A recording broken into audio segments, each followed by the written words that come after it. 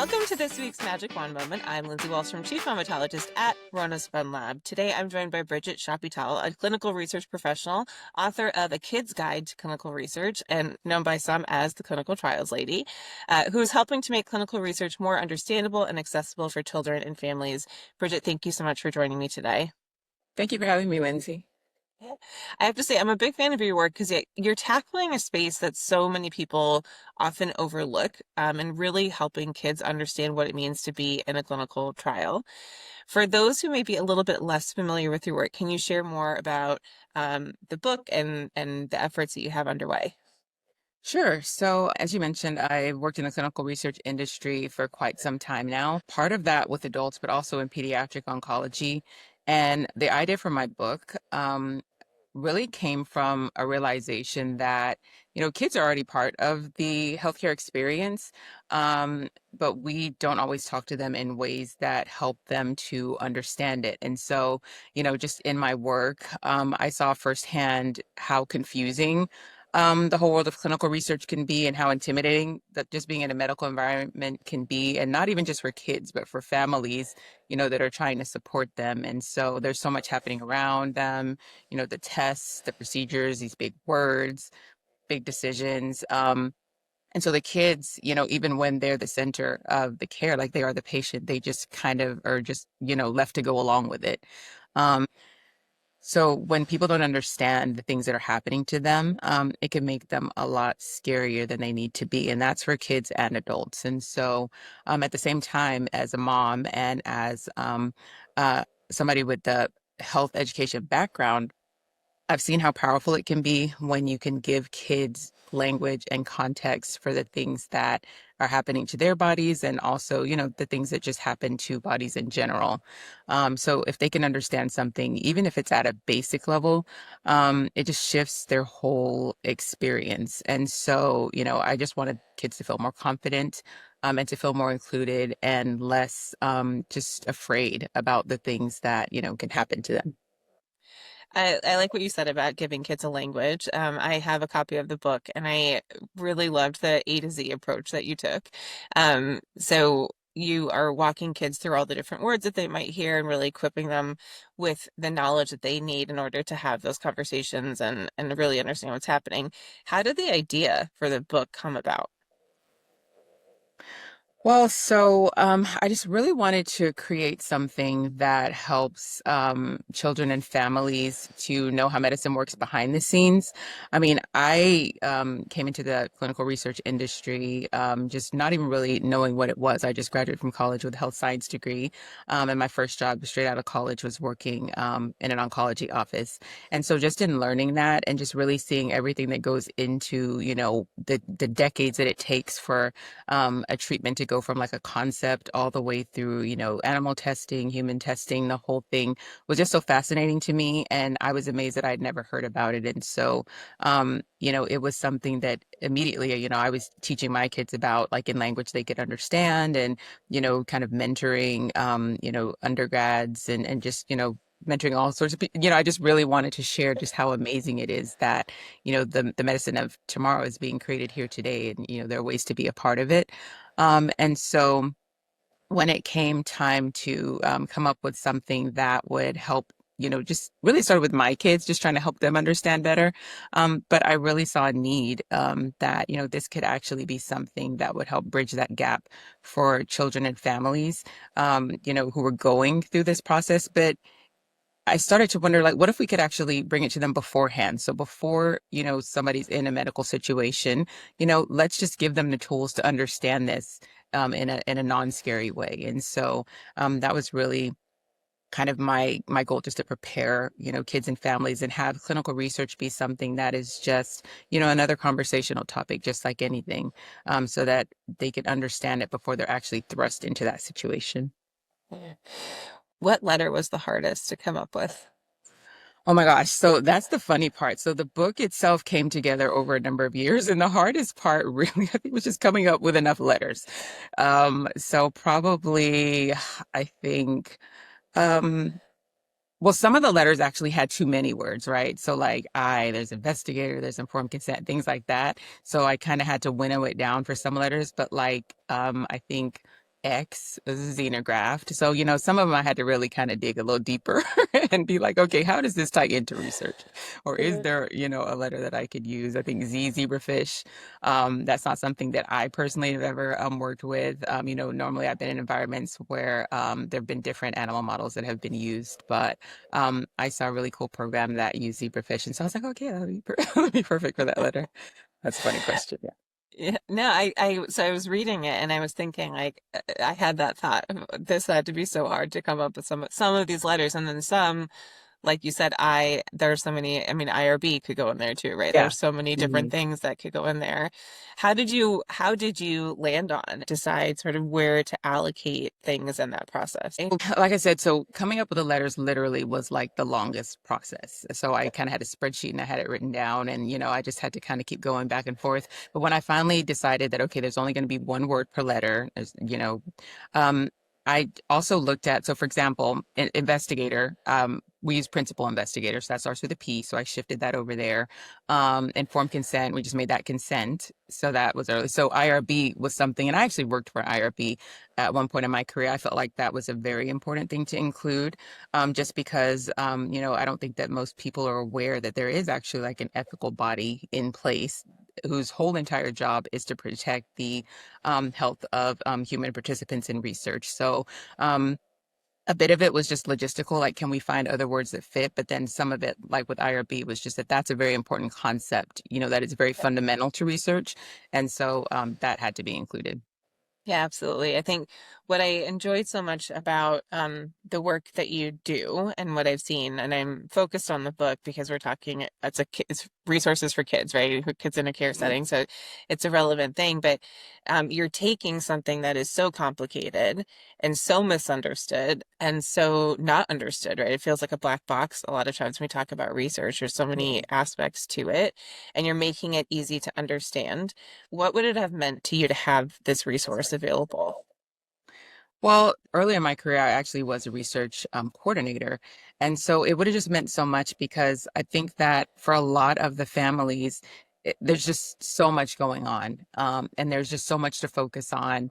And it's just very hard sometimes, especially with the doctor. You're in there just really trying to find out, about the health status, has the cancer grown, like what's going on. There's not a lot of time to step back and just ask like, okay, what is this? Like, what are we doing here? And so there can be a lot of assumptions sometimes, I think, that, are not necessarily accurate. And so it just would have been really helpful. I mean, I'm sure you can, you know, attest that sometimes there's very long wait times. If somebody's just sitting in the waiting room instead of just sitting there being nervous, or, that would be a perfect opportunity to just like pick up a book and read it and just kind of learn more about the process. So that would have been really helpful just to have something to offer people. And especially in a pediatric setting, I could see that being something that, and I hope that it's something that, a parent and a child can read together, if they're ever in that situation. And it's just giving some sort of, just comfort, something that's familiar, reading a book with your child, but being able to really help them relate and see what's going on, in what's the situation that they're in and what's going on with that. So having a resource like that definitely would have been something that would have been really helpful at those points in my career. And one of my goals is to really see the book being used in that way going forward. And we already have some local hospitals that have already kind of started incorporating that into their patient care. When I first met you and I first heard about this, part of what I was thinking is that one of my big things that it's the hill I will die on is that consent is not a signature, it's a process. And informed consent requires everyone to actually understand what's happening. And I think, and to actually understand what's happening throughout the duration of treatment. And so what I was envisioning and what I would encourage everyone listening to think about is how impactful it might be to have people read that book so they understand the terms they're going to hear before they go for the consent visit. So you're often scheduled. You don't just, I mean, there are always exceptions, right? And there are emergent things that happen. You might consent in an ER, but usually you know that you're going in for that ICF visit. You know that you're going to then go into screening. And so, how powerful before that to have the book, to read the words, to understand these basic aspects of research, I think that's really phenomenal. Um, And it's great that the hospitals are using it. Have you gotten any impact stories or heard any feedback from those teams about the impact of the book on the family experience? Yeah, well, and also one of the really interesting things that came about from the book also was just a lot of my fellow peers in the clinical research industry who are finally able to explain, exactly what they do to their children. Yeah. So I've heard lots and lots of those stories. But yes, just in the hospital environment, at UT Houston here, locally where I live, they've actually given the book to their child life specialists in order to try to, give them another kind of resource in the toolkit to work with children. And so when I hear stories like that, it just really feels gratifying because those are the sorts of things that can just really kind of help a family. I mean, there's only so many things you can do when you're working with them, but I really feel like giving people the gift of understanding just what's happening, and giving them the language to kind of explain it, to themselves and then even to their child, it just goes a long way in just really reducing a lot of that anxiety that, is already very, you know, very present in that situation. Yeah. Um, what is next? What's the next step for this work? Yeah, well, so for the book, just really trying to get it out to more hospitals, more clinic settings. But I also see it being something that, not only at the point of care, but even just in community outreach settings. So if it's a neighborhood health fair or if it's, just different places that you would encounter people before they actually get into a medical, into the four walls of the hospital, let's say. And then also going forward with the book, as I mentioned, a lot of my colleagues have seen value in it. And so, my children coming up, I really kind of encourage them in STEM fields. And so we're also working on just using the book as an avenue to show young children the opportunities, career opportunities that there are in STEM. And so I do school visits and author talks. And so it's really like sort of a twofold process. I really just want to make clinical research and the concept of, medical innovation, something that's very commonplace and that as Mhm. many people as possible understand so that it's not something that seems mysterious or intimidating when they come in contact with it. You almost need the adult's guide version. And I don't know that it has to be as different as the kids' guide, if I'm being honest. Exactly. And that's the thing too, because one of my big passions is health literacy. And really the average US adult reads at about a sixth to eighth grade level. And then when you put in that, you're in a medical setting, anxiety is high, stress is high, that comprehension can go even lower. So, it's a book for children. It's called The Kid's Guide to Clinical Research, but really it's meant for kids and families to have a very kind of approachable way to understand the industry. I think you've done just such a great job of making this really complicated, nuanced industry more accessible. And Thank you. again, I'm joking about the adult guide, but I actually think you literally could just switch the word like an adult's guide and just reprint it because it's written for the for all of us, I think. Yeah, and then I Um, also wanted to mention too that the book is really just kind of the first book in the series. So Bright Ideas Loading is the book series, but before we could even yeah, talk about other concepts in clinical research, I just felt it was really important just to get the vocabulary down first. So there will be totally. additional books coming out in this series, but this is sort of just setting the foundation of like, what are the words that you're going to be hearing in the rest of the books. That's amazing. I look forward to seeing them. One last question for me today, which is the name of the series is The Magic Wand Moment. And the reason for that is I'm going to hand you an imaginary magic wand, and I'm going to grant you a wish. If you could wave the magic wand and have any wish that you want of how we can improve pediatric care, it could be for kids, parents, providers, what would your wish be and why? Well, for this one, I would create a required high school class called Family Health. So, like right about fifth grade or so, they have this module where it's, like the reproductive system, all of that stuff, but just a high school class called Family Health. Because I feel like we prepare kids for, these different tests they take, different careers, but we don't really prepare them for one of the most universal parts of life, which is taking care of themselves and the people they love, like their children. Um, and so the class would focus on just like practical everyday things. So how to understand, dosage of medicine, how to perform basic first aid, CPR, how to respond in an emergency, and, how to read a prescription label correctly. Yeah. And so, with that, it would just equip people in a way that just makes them feel more confident, and even go a step further in how to really advocate for yourself and loved ones in a healthcare setting. What questions to ask the doctor. I know recently we had a situation where my son, who's 11, had like a really bad cough. And so he was prescribed like an inhaler, like your typical inhaler. And so the pharmacist did a good job of like, have you used one before? We were like, no. So she was like, well, this is how you use it. You want to breathe in, hold it for, 5 seconds, etc. But when we got home, it wasn't until I read the actual prescription label I saw you're supposed to shake the inhaler first before you take it. I mean, I would never known that, because that's just not Yeah. something that you would necessarily think of if you don't use inhalers very often. But, I knew to read the prescription label, just read the bag, read what it says, instructions. And so I think that's something, take medicine 3 times a day. Okay, what does that mean?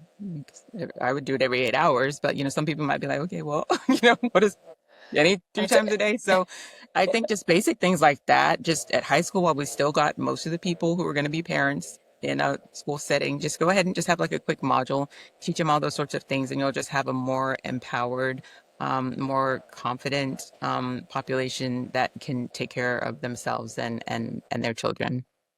I absolutely love that idea that I've heard so many times, examples, but then also the research that's been done if people just don't understand the label as the way that it's written. And I think we expect people to take care of themselves and their families in ways without equipping them with the tools that they Hmm. need to be able to do that. So that's such a brilliant idea. Maybe that's your next venture, maybe. Yeah, that would be really great. Yeah. You didn't sound convinced, but I would sign up for that class 100%. So, Yeah, no, I love um, it. I mean, I just think that things like that are so important, and it's just, just really for public health. You're doing kind of really low lift things that can make such a big yeah. impact, and I definitely think we need more of those and more people to do them. Like the more, the more people we can get on board, the better. So yeah, Yeah, absolutely. I love that. Well, this has been delightful. Thank you so much for joining me today, and then all for all of the work and the thoughtfulness that you're bringing to the industry, just to really help people understand, these hard to understand concepts. It's such a joy. I cannot recommend the book enough, for anyone who's in the industry or not in the industry. I think it's just, like you said, it's a great resource to have because you never know when you're going to get surprised at the diagnosis and need to understand research. I think a lot of us get hmm thrust into a life we never anticipated having. And really coming equipped with the words can make such a huge difference in how treatment is conducted and the outcomes of that. So, really great work there. Last question. Where is the best place for viewers to learn more about your work? well, they can visit my website, which is brightideasloading.com. And you can purchase the book from there and also find out about school visits, and really just, send me a line about their research experience. I always love to hear places that are doing research well, especially pediatric research. And so I would love to highlight, some of those institutions that are doing really great work. Okay, fantastic. Thank you so much, Bridget. Have a great rest of your day. Thank you as well.